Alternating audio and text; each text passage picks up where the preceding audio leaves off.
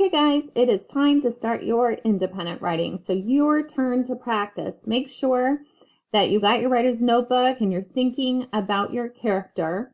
Now, if you have a micro story, then you need to go in and practice what we did for today's lesson. But I need you as writers to think about, where are you at? Maybe you need to still come up with your reasons. I think everybody by today, though, make sure that you have a thesis and at least 2 reasons so that you're not falling too far behind. And let us know if you have any questions. Also, I want you to send your teacher a message in Canvas telling your teacher what your thesis is.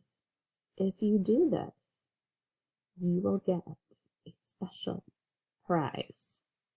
All right, good luck, independent writers. Use your time wisely.